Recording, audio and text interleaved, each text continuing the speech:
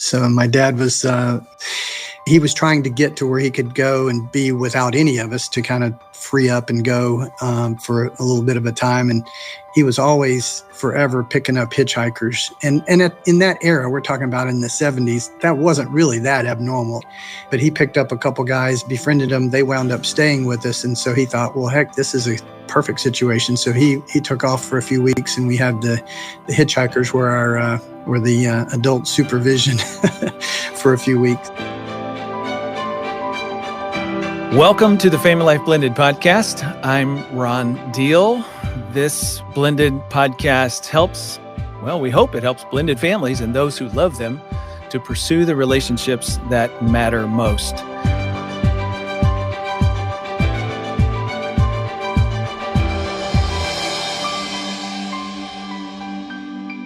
You are about to hear a story that is a little hard to hear, but there's something really good in it for all of us to learn. We'll get to that in just a minute. Before we jump in, I got to share with you some feedback we got from a listener. This woman said, this podcast is a blended family must listen. That's what she called it. She went on to say, so much information and inspiration on how to make a blended family work. I didn't know what I didn't know. I know. I mean, there's so much in life that I don't know, and there's always something else to learn. And when it comes to blended families, there's stuff you don't know. It's different than biological family living. And so that's why we're here. We're trying to help you learn a little bit more about that. If you don't know, we're a donor-supported ministry, a nonprofit, so every dollar that you may offer to support what we do is tax deductible. Sometimes people ask me, so what are we giving to? Well, yeah, you're giving to production costs for this podcast, but this podcast is just the beginning of what FamilyLife Blended offers. We're the largest nonprofit educational ministry in the country, with live events, resources, virtual events, training that we offer to couples and to pastors and ministry leaders. This podcast is really just the beginning. So if you're not familiar with us, please check us out, familylife.com/podcast. Just click around. You'll learn a little bit more about us. And if you are familiar with us and this podcast is helpful for you, pay it forward if you would, and just make it possible for us to reach somebody else. Again, the show notes will tell you how you can do that. Hey, ladies, got to let you know our next Women and Blended Families live stream is next week. The week after this podcast releases anyway, Tuesday, November 29th, 2022, and it's our Christmas special edition. Now, our first Women and Blended Families live stream, it goes out on YouTube and Facebook. It was a huge hit. So we're doing it again. Don't miss this one. Again, it'll be hosted by Gayla Grace. You hear her voice on a regular basis on this podcast. She'll be joined by Lori McGregor and Cheryl Shoemake. It's really a lot of fun and very encouraging, and it's free. Hello, it's free. We'd love to have you join us. Invite some people to log in, but you got to get connected to the right place. So look at the show notes. It'll tell you how to get connected. And if you're listening to this podcast and Tuesday, November 29th has already come and gone and you're going, I missed it. Hey, it's YouTube. It's out there somewhere. Facebook, you can find it. Okay. I don't know if you noticed in the title, but this is episode number 99 of the FamilyLife Blended podcast. 99. One more, and guess what that makes? 100. You got it. 100 episodes. Now, if you've only listened to one, think about all the stuff you've missed. We would love for you to subscribe and make sure you're getting, but just open your app right now or go on our website and just scroll through the other titles. I guarantee you there's going to be something in there that's going to be helpful for you. Get familiar with all that we have produced in this podcast. Now, you're going to notice a theme as you scroll through those titles, and it's similar to the title of today, Growing Up Blended. And then you'll see somebody's name afterwards. We're going to be talking today with the Von Canons about Fred's journey growing up blended. This is a subject we return to over and over again on this podcast. And let me tell you why. Because I firmly believe that parents and step-parents, that pastors and counselors and teachers, everyone alike, needs to know what it's like to be a kid growing up in a blended family. And so what we do is we talk to somebody who's lived that life, who's now a little older, has some perspective, can look back on what life brought to them. And they're just telling their story as they experienced it. And we now get to reflect on that and say, okay, what are the takeaways? What can we learn? What are the implications of this for a parent or for a step parent or a grandparent or a friend who's trying to, help a family out a little bit? That's what we do on this series of podcasts, Growing Up Blended. Your job is to just imagine what it's like to be your child or your stepchild as you listen to this, and then apply whatever insights you gain to your family situation. And we've also learned there's a bonus for those of you who grew up in a blended family yourself. We have a lot of people who write to us and tell us, people bump into me at live events and just say, I'm getting so much perspective on my own life, looking back at my life growing up blended. And wow, that's a bonus. And so who knows? Maybe that will be helpful for you today. We're just sharing journeys here. That's what it's all about today. So thanks for being with us. Fred Von Canon and his wife, Anita, are with me today. Hey, guys, thanks for being here. Hey. Howdy. Appreciate you being here with us. They're a blended family, and Fred grew up in one. As I said a little while ago, they've been married 21 years. Fred had 3 kids. When they got together, they've had 2 more together, so a total of 5. So Anita, let me just ask you, tell us a little bit about the 5 kids as we're jumping in.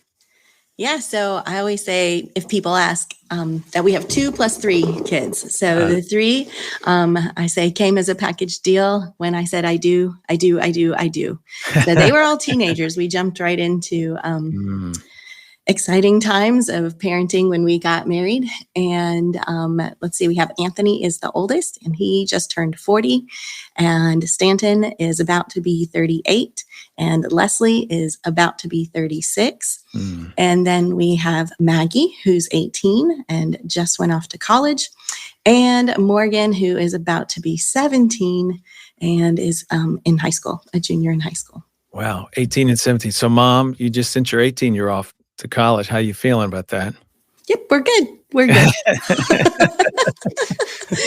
No, we're really proud of her. She's going to do really great. We've worked hard for 18 years to get to this place where she's ready to launch and to do what she was made to do. Yeah, well, that's great. I know when we send our kids off, you have that 2 sides, just side by side. There's that excitement and enthusiasm for them, and at the same time missing them. And there's just not as many people around the dinner table. And it's like it shows up over and over. You realize they're not here. This is what we prayed for, and they're not here. We wish that maybe they still were. So, yeah, good luck with all of that. Thanks. So here's one of the things as we sort of dive in. You guys, well, let me put it this way. You have different families of origin that you grew up in. If I have this right, Anita, your parents have been married and are still married 56 years, something like that? Mm-hmm. And Fred, between your parents, there are 11 different marriages.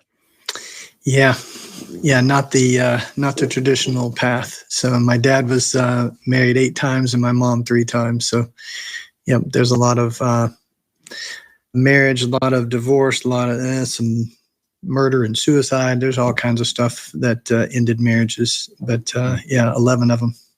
Wow. Okay, so immediately, this just feels a little tough to hear. I have to ask you, I've heard you tell a little bit of your story in a public way. Is it tough to tell this story for you? Yes and no. I mean, it is a little bit, but at the same time, I know there's people that can benefit from it. I think Anita likes when I tell it because she picks up something new each time that I've maybe forgot to say before. So it's good for me to hear other stories too, so that you feel like, oh, okay, so, that was crazy, but at least I'm not the only one. There's a little bit of comfort in numbers, even though, it is kind of a crazy story. But no, I don't mind. I don't mind as a precautionary to some people to make other people feel like, there's other craziness in this world. So yeah, the good outweighs the bad in telling it. It hurts a little bit, but I, when you grow up, no matter how you grow up, honestly, if you grow up, the Cleavers, if you grow up like we did, no matter how you grow up, when you're in it, that's your normal.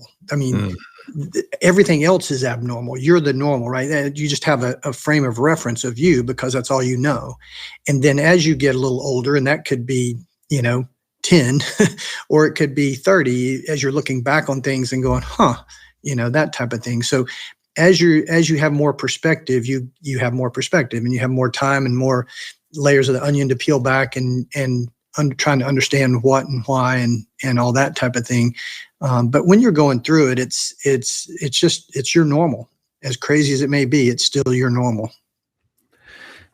I'm glad you mentioned Anita, hearing your story, because as we go through this, from time to time, Anita, I'm just going to check in with you because one of the things you get to help us to do is kind of put a different set of eyes on Fred's narrative. You get to talk about, hey, here's the implications for us in our marriage, and here's the things that have rippled over into our family, things we've learned, lessons, takeaways, positive things, and maybe some things that, we're having to figure out how to deal with that. And so we'll be checking in with you from time to time. So Fred, let's just go back to the beginning, whatever that is for you.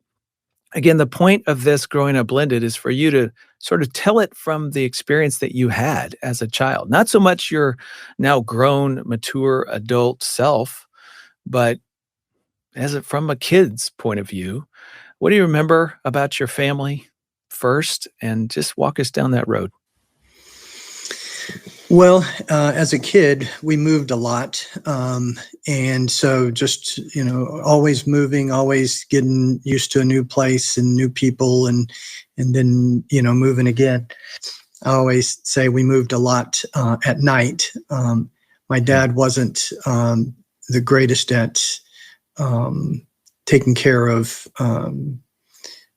he left in some cases because he may have owed somebody something, or he may have, slept with their wife, or something. So there was just situations where we would get at about dinner time, that we would get a U-Haul and pack it up and be gone by the time it got light. And again, as a kid, I didn't think anything about it. I just assumed that's how everybody moved, and not really the case, as it turns out. But when we're growing up, it's stuff that you look back on now that seems a little crazy. We had situations where we would be, even though we had our mom and then 7 stepmoms we had along the way.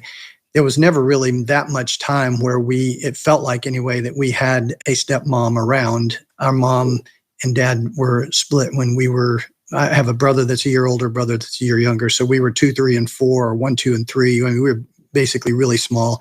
So we don't remember her until now later in life.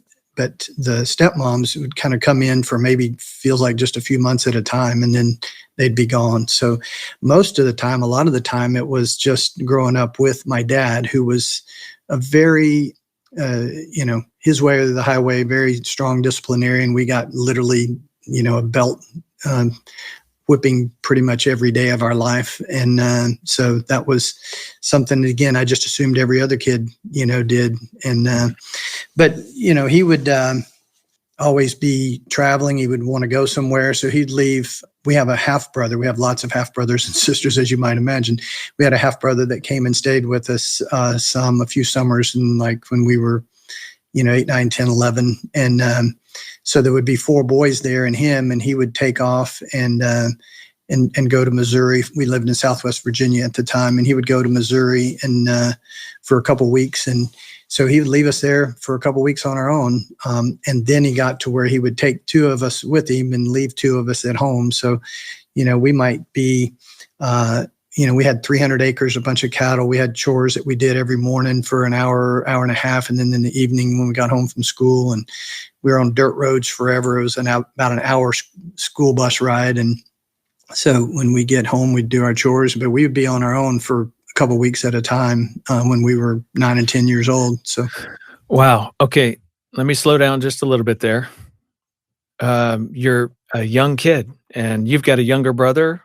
Sometimes there's somebody older who's there with you. Sometimes there's not. How did that go? Like, who took care of whom, and how did life work when you guys were left alone?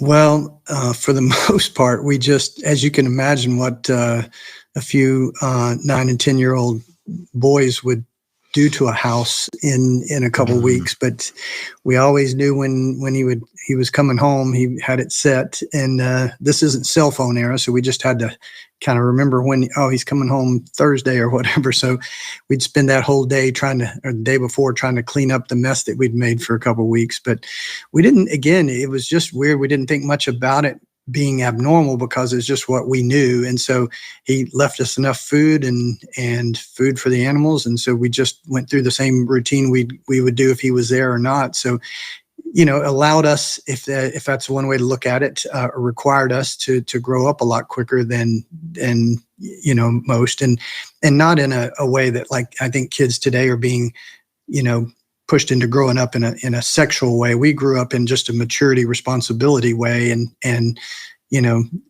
so it was just it was different. I don't know that I mean, we fought all the time. So he'd come back and there would be something broken or whatever. My little brother was slower than I thought he was, and we had an old TV, and I had a shooter marble I was throwing at him, and I led him too much and threw it through the TV. So he came back one time, and our old black and white TV was had a had a hole through it. So there's always stuff like that, but that might have been the case if he was there too. So it didn't feel like that much different. We didn't think anything about it being different. And when he would want to go, there was one time, I don't know if I told you this story, he was trying to get to where he could go and be without any of us to kind of free up and go for a little bit of a time. And he was always forever picking up hitchhikers. And in that era, we're talking about in the 70s, that wasn't really that abnormal. A lot of people would pick up hitchhikers, and a lot of people would hitchhike. And so, but he picked up a couple guys, befriended them. They wound up staying with us. And so he thought, well, heck, this is a perfect situation. So he took off for a few weeks, and we had the hitchhikers were the adult supervision for a few weeks. And so and were they reliable, dependable? Did they take good care of you guys? No, they kind of partied the whole time, and we wound up sleeping out in the barn because they kicked us out of the house. So okay, slow down. Fred, this is not normal stuff, right? Now I realize it was normal for you. You didn't know any different. And you guys just sort of took care of each other, and this is the way life works. And that's true for all of us. We all have things, quirks in our family, whatever it is, where you just didn't know anybody's life was any different than that. But I got to ask if you ever, even as a child, began to question, is Dad looking out for us? Can we really trust him? We always felt like that, and it sounds strange juxtaposed to what I was just saying. We did feel like he had our back, as it were, or he would look out for us because, he was kind of this intimidating figure. And if we ever talked about something that was happening, or, if he ever got a sense that somebody was, going to, do something to us, he would kind of make it clear that wasn't going to happen. So we always felt in that regard kind of protected. But looking back on it, even, it was kind of just strange how you, and when you start talking, when you have friends that, that want to come over and sleep over, or you go to their house or something, that's when things like, you guys, this is different, and then then your brain starts processing which is normal, this or that, and so, or if somebody comes out to our place and sees how we live, it was like, they're saying to themselves and sometimes out loud. So, it was, we lived in very, very, very rural, poor situations. And so we didn't really, get out a lot. Again, we had a TV briefly. until Until I you threw a marble through it. yeah, until my brother slowed down and I missed him. And so, we just didn't have anything. So we didn't really get out and see the world a lot, all we saw was the chores. We had cattle and sheep and pigs and chickens, and they needed our attention. And so we didn't really get a chance to kind of compare with reality until a little later in life. So Anita, I'm wondering, we can't always draw a straight line from things that happen to us in childhood to adulthood. But I'm wondering, does he have a flaming independent side? Does he have high expectations for kids and chores? I'm just curious. Well, we definitely live a different life. We always joke that he's country mouse and I'm city mouse. So there is definitely a balance, and our children are growing up more city suburban mice. So they definitely don't have the chores that he speaks of, and that he, I think at some level lovingly, remembers, but then also you see, it's kind of like, wait, what? Yeah. But there's definitely the strong disciplinarian. Discipline is a really big, important thing in our house, and having integrity. I think that's some of what you'll probably get to, like as the pendulum swings in life. You grow up one way, and then you're like, I'm going to do it different. And so, yes, that's well said. And integrity. I mean, I think of my husband, and unwavering integrity is probably the first thing I would say, which I think if you start to think about unraveling what his dad was, it's a little different. Mm-hmm. Fred, I'm wondering about your mother, your biological mother. Where was she? And the stepmoms, had they started coming into your life when you're 9, 10, 11 years of age, during these years where you're left alone sometimes? Yeah, so my mom actually lives in the house she was born in Fayetteville, Arkansas. And so we didn't, and this is, again, there's a lot of fog with this, and it may just be because of too many concussions playing ball, or just because my mind wants to put it out. I don't know. But the first time I remember seeing my mom, she showed up when we lived in Southwest Missouri, very rural area, but not far from Fayetteville. She found us, and this is in the mid 70s, I guess, maybe mid to late 70s. And she found us and just showed up at the door and said, "Hi, I'm your mom," which was really weird because we had either been explicitly told or not led to believe differently when we surmised that she was dead. That's what we always thought all along, was that she wasn't alive. And that's why he's marrying again and doing all this, that kind of thing. It just didn't dawn on us that she was around. And I don't know, again, if we were told that, or just we started believing it and he didn't lead us away from it, but that's just where we were. So it was really odd when she shows up and says, "Hi, I'm your mom." And so I was on team dad at that point. And so it just, I didn't really click with her. And so that was an interesting time. My brother, that's a year older, very much did. In fact, went to high school down there for a year. And they're still very close. That he lives in Fayetteville as well. And I'm much closer with her now. We, I don't say reconciled. We never really had differences. We just didn't know each other, right? Mm-hmm. And so now we definitely go and see her and talk to her as much as we can. And she's been out here. When I ran for office a couple years ago, she came out to help at the polls, and when she was 80. So that was awesome. So she's kind of back in our lives a little bit in the last since our girls have been around. So the last 20 years or so. So that's been good. But yeah, that was, I just remember vaguely stepmom here, stepmom there. We just start to get attached a little bit, and then they'd be gone. And so it probably kind of, I'm sure psychologically that has some bearing on, how much attached, but I feel like I get to. Maybe it affected my brothers differently, but I don't feel like it made me less interested or able to attach and to people. But back to your earlier thing, I do have high expectations for people to do what they're supposed to do. And that probably leads from that, and really taking ownership of something. Here is your job. It has to get done.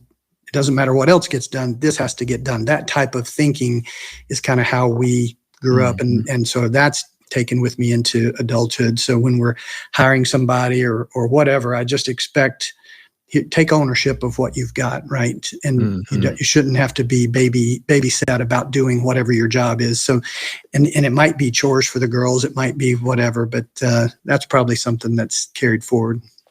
I will connect for the listener that is a common attribute that we see of children who have a fractured family experience, where their parents perhaps live in different homes or one of their parents has died. More responsibility tends to be cascaded down on kids.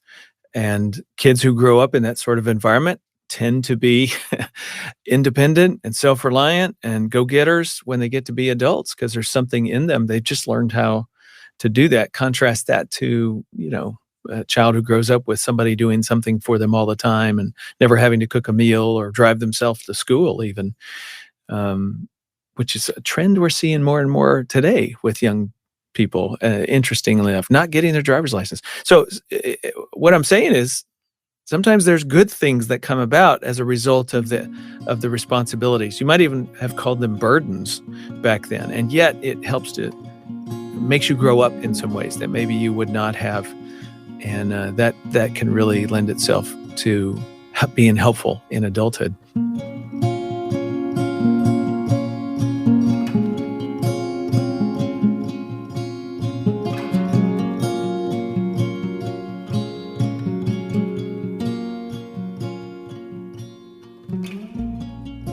I'm curious, though, about these attachments. You mentioned stepmoms coming into your life.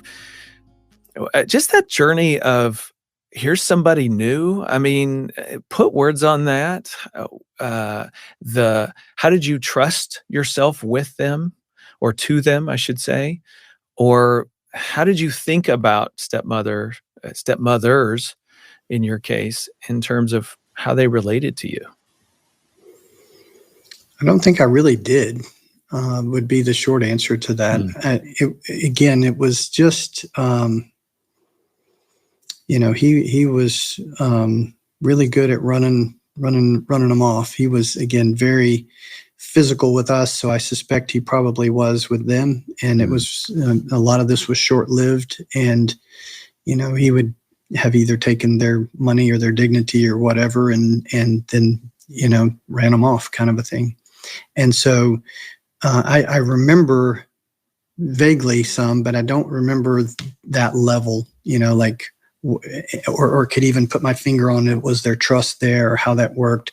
I think for the most part, we were just there. We were kind of pawns in some cases. I think probably a little bit of bait to help find the next one. This poor dad's raising 3 boys, that kind of thing. So, we weren't very much involved in a relationship with the stepmoms.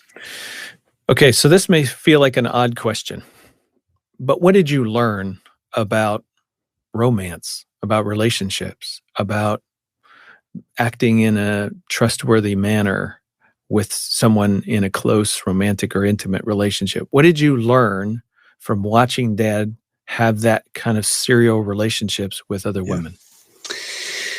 Well, there was never any formal instruction or anything, but what I learned by evidence in looking back at it is that I did not have any solid sense or grounding into what should be the prerequisites and parameters for a marriage. None.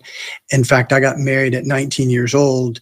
Looking back on it clear, just trying to get out of there when I met someone I'd never really had a serious girlfriend, and just went like that. And here we go. And 4 months later we were married, and thinking, and her too, to some degree, but certainly me, that, hey, we got this figured out, us against the world. Everybody else is selling us short. They don't know what we know. We can do this kind of a thing. And so that's the, the mentality that I had. But I'm sure a lot of that is based on just, seeing that, hey, if it didn't work out, even though I didn't have this in the front of my mind, I'm sure it was in the back of my mind. If this doesn't work out, there's other people out there, kind of thing. So it was a completely different way of thinking about things than certainly I do now. And it's a completely different way of thinking about it than we learned through some family life resources and different things and different people, like how this, and really, I think at some level I knew this, but to your question is what was modeled was very much not that. And so it gave a kind of an implicit excuse to do that. And even though a large part of me knew that was not the way it should go. And, and the divorce wasn't my idea. That wasn't, it was a very, very difficult time with 2, 4, and 6-year-old kids to get divorced. I was wrecked. I was a Navy pilot at the time going through flight school. And basically I got discharged out of the Navy because of depression and, just, I wasn't able to, I had no interest in continuing that or doing anything like that. And it's just, I was wrecked, and to use today's terminology. And so, and that's when I decided, and I'm 27 years old and been married for 7.5 years, and decided then that I don't know if I'll ever get married again. I know I'm never going through this again, that type of thing. And so then that then starts a process of like, how should this be? And bringing out things that I've known and bringing out things that I knew, and saying there is a right way to do this and there's clearly a wrong way to do this. And so it's certainly, you don't want to have to live a lesson like that firsthand. You'd love to, learn it secondhand, see somebody make mistakes and then you don't make them. But sometimes people make those same mistakes before they learn. So, but fortunately for me, it was, I'm maybe a quicker study than he was. Okay, so those lessons learned leads to relationship with Anita. I want to come back to both of you in just a minute and talk about commitment and some of the things that you guys have learned are helpful for a relationship. But before I do that, let me just say to our listener, every single one of us listening to this story should be able to and can go think back to the implicit messages you got from the family you grew up in, the things that you, quote, learned. If I could put it in air quotes, I would say the things you learned about how to do relationships that you didn't know you were learning. It just sort of was. It just sort of became the expectation. It became your idea of what it is to be a husband or a wife or a father or mother or whatever roles that you put yourselves in. And there are things, we call them rules, the rules for how to do relationships. And you bring that into your marriage and family as an adult. And sometimes you reap the benefits of those, and sometimes you run into brick walls with those rules. And I think the beautiful takeaway here is, that happens to all of us. And then we slow down and we go, okay, let me rethink. What are the better blueprints for how to do relationships in life? And obviously, we believe at FamilyLife that God's laid out some incredible blueprints for how to do life. I'll just share with you guys. Recently, Nan and I recorded some radio with FamilyLife Today, our sister broadcast and podcast. And we were talking about the role of shame in our lives. I grew up in an incredibly, I would say, healthy, functional family, loving, built on Christian attitudes and attributes. And yet, shame was a parenting strategy that was utilized. And it left a lot of residue on me that, it made me want to win everybody's approval and made other people's opinions of me my idol. And that's stuff that I am still unpacking at age 55. Turned 56 this month, so I'll just call it 56. It's still there. And it's that, okay, I got to see this for what it is. I have to say, what's the impact on my life? What do I want to keep? What do I want to let go of? And by all means, God, Please help me see my life, myself through your eyes, not through the eyes of a 14-year-old who's just brought it with him. And so every one of us listening right now, that's part of the journey, I think, of growing up and growing into Christ. He helps us with those things.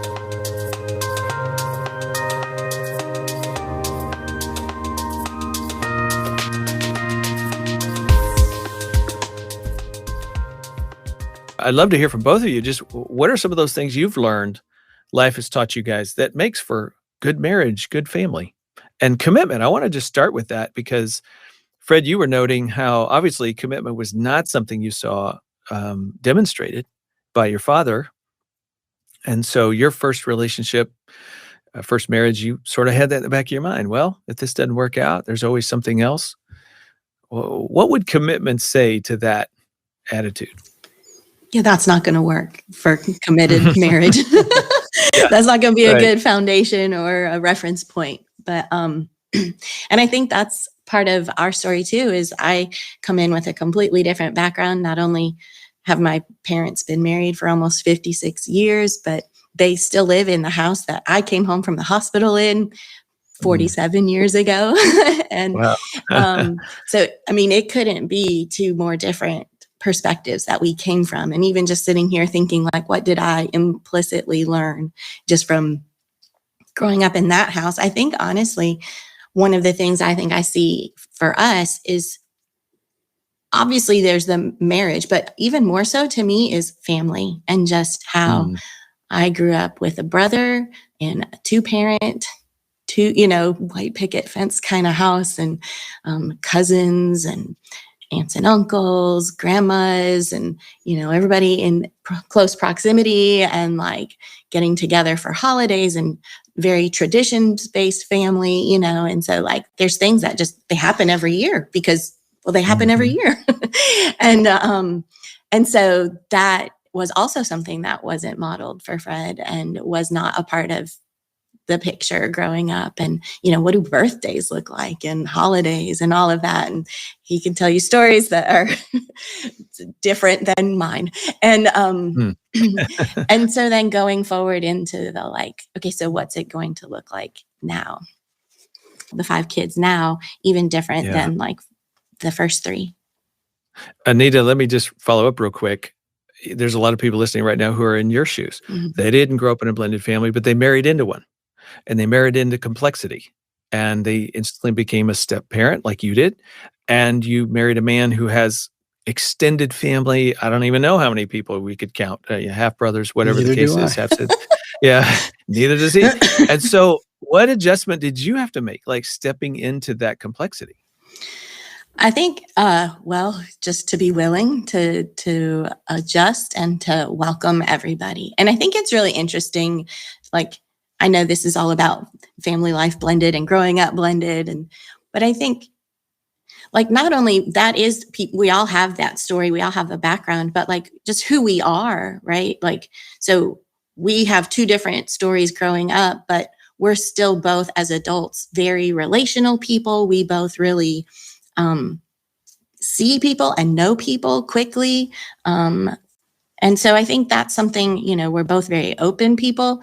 One of us extroverted, one of us in a more introverted fashion. But like, I would think that people would say our home now is an open door policy. And part of that was by design for the children to always feel welcome, to always have a place in our home, even though they never grew up in our place. I mean, when we got married, only one of them lived with us full time, and that was only one of your stepchildren lived full time. Okay, and the other was 2 leaving were pretty soon. Yeah, well, so we got married, and the youngest, Leslie, she was starting high school. The middle stayed with his mom for a while to finish out high school, where that was, and then the oldest was already off to college. And so, just really, I mean, already almost at launching points, but wanting them. Knowing that I wanted them as the mother of our home to know there was a place for them. And so the door has always been open. And there's a lot of people, not just them, who would say that this is a place where the door is always open. That's something I would say that I'm I didn't expect at all. And even when it was happening, I was probably a little resistant to it, maybe more than a little.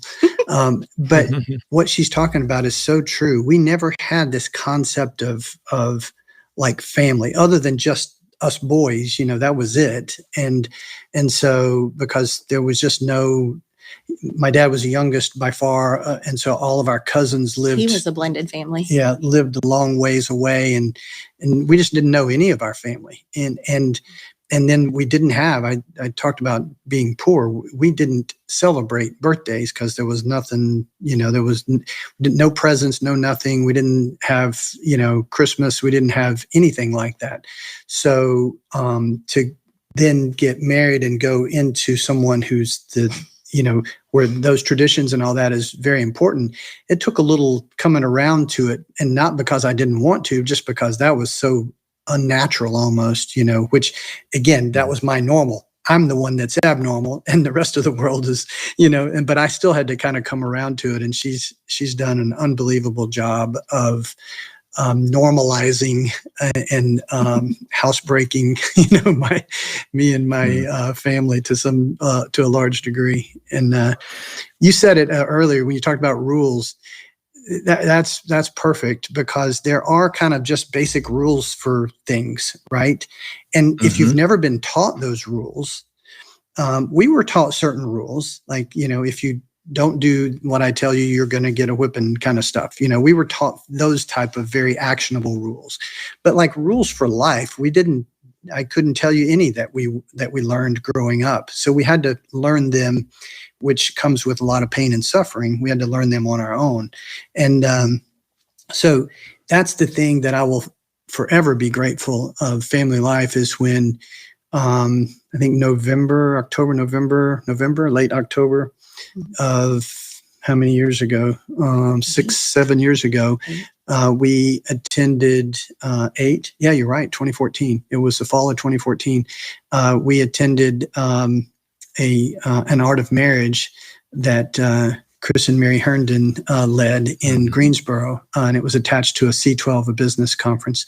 And so we tacked on this. We thought, yeah, let's do that. And we were there with another couple, and they wanted to do it, so we stayed there and did it. And that whole day and a half that we did this Art of Marriage, and you know it well, there's six sessions, and we went through them, and I can't even tell you how many times that, just hearing something that is so basic and so like, duh, but really hearing it for the first time and hearing it in the context of that. And as a 52-year-old, hearing somebody tell me the rules for the first time. Now, it doesn't mean that I shouldn't have figured out a lot of these rules on my own and did. And we've been married for 20 years, and I think the rules have been pretty good. But I'm just saying it was so impactful, so like literally life-changing impactful that, to hear all those people talk about just simple biblical truths and how they relate to marriage was literally the biggest game changer weekend in my life. And as it turns out, we get home, and on Monday morning, we get the call that my dad had passed away. So, wow. Oh my goodness. How ironic. Yeah. And well-timed, Yeah. that happened in your life. Well, that is the fun part of my job, is getting to help people understand some basic things about blended family living. And it's fun to be able to share those things.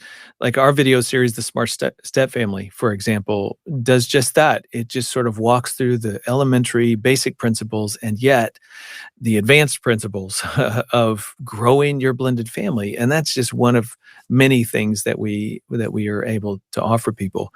It occurs to me as you're talking, those of us who believe in that the Bible is the inspired word of God understand that they're not rules as in, all right, do this or else, the threat that you lived under with your dad, but it's more of I want to protect you. I want to provide for you. I want blessing to come to your life. And if you want blessing, here's a way to do it. And there's so much in the scriptures that talk to us about basic attitudes and things to do and things not to do that grow relationships.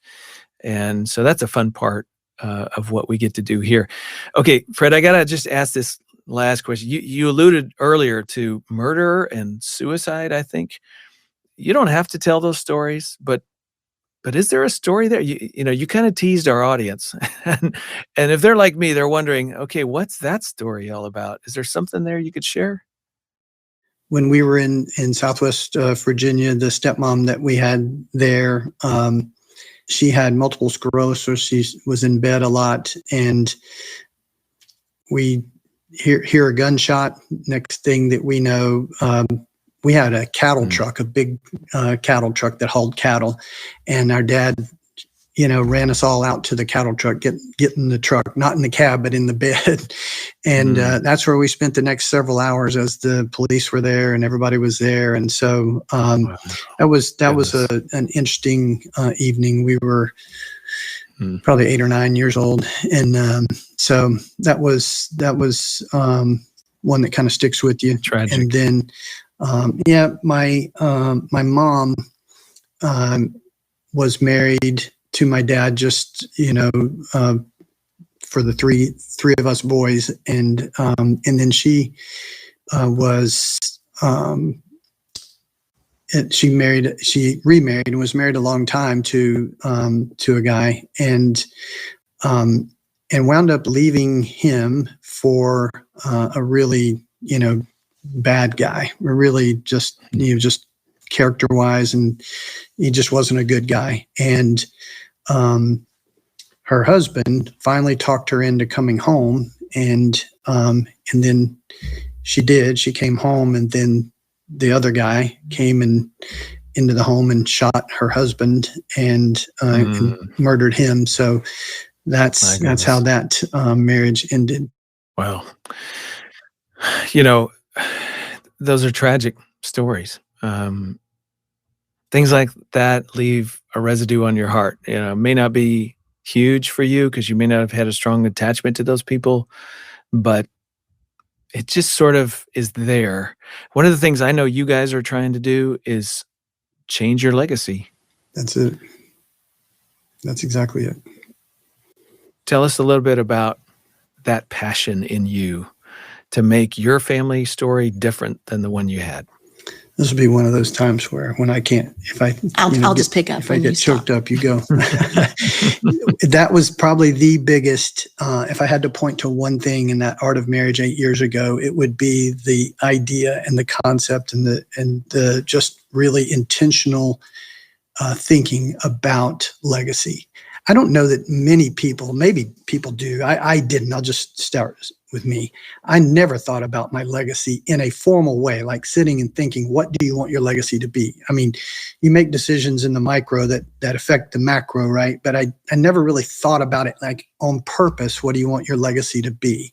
And what is it up until now? And I think that's probably normal for most people. They just live their life as, whatever the best they think they can. And that is their legacy. They don't think about the fact that they can be intentional about it. And hearing that at the Art of Marriage and that last session and going through that, is just, man, oh man, it was tough to do that because, just knowing what my dad's legacy is, was heartbreaking. That is his legacy, is just leaving a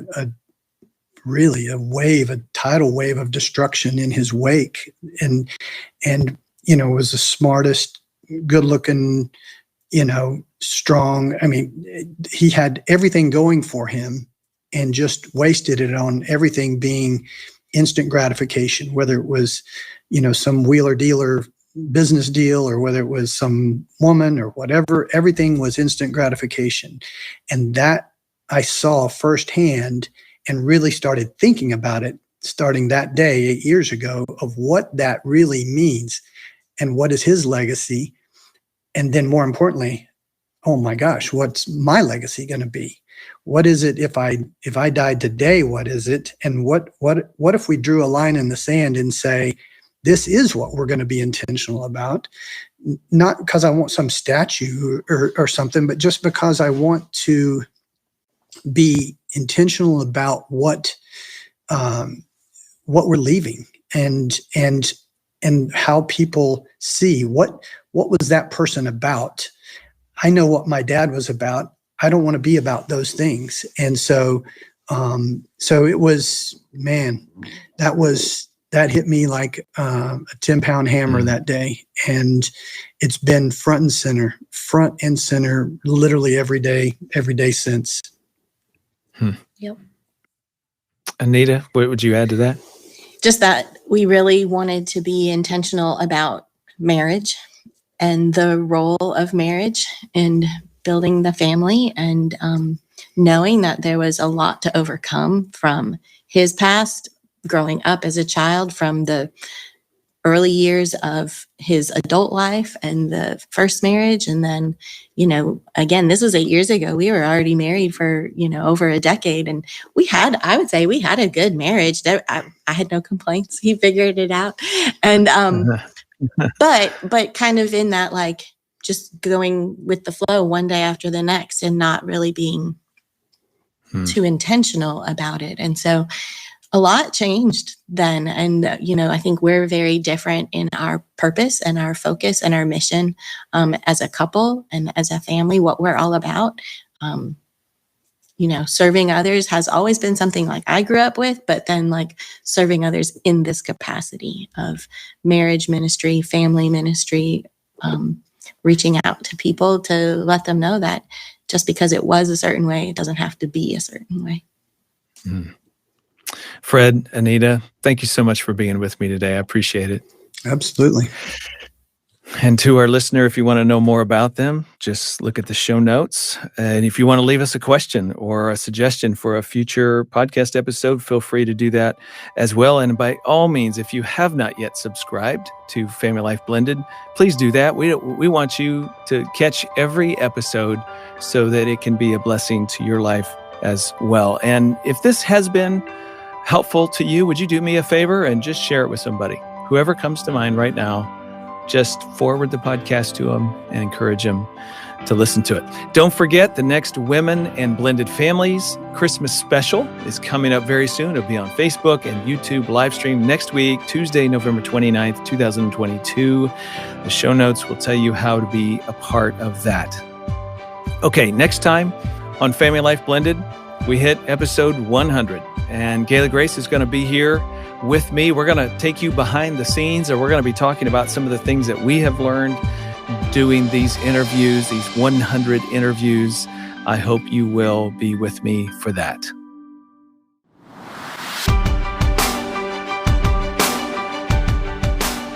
I'm Ron Deal. Thanks for listening, and I hope this was a blessing to you. Our producer is Marcus Holt, our mastering engineer, Jarrett Roski, project coordinator, Ann and Caro, and theme music composed and performed by Braden Deal. Family Life Blended is part of the Family Life Podcast Network, helping you pursue the relationships that matter most.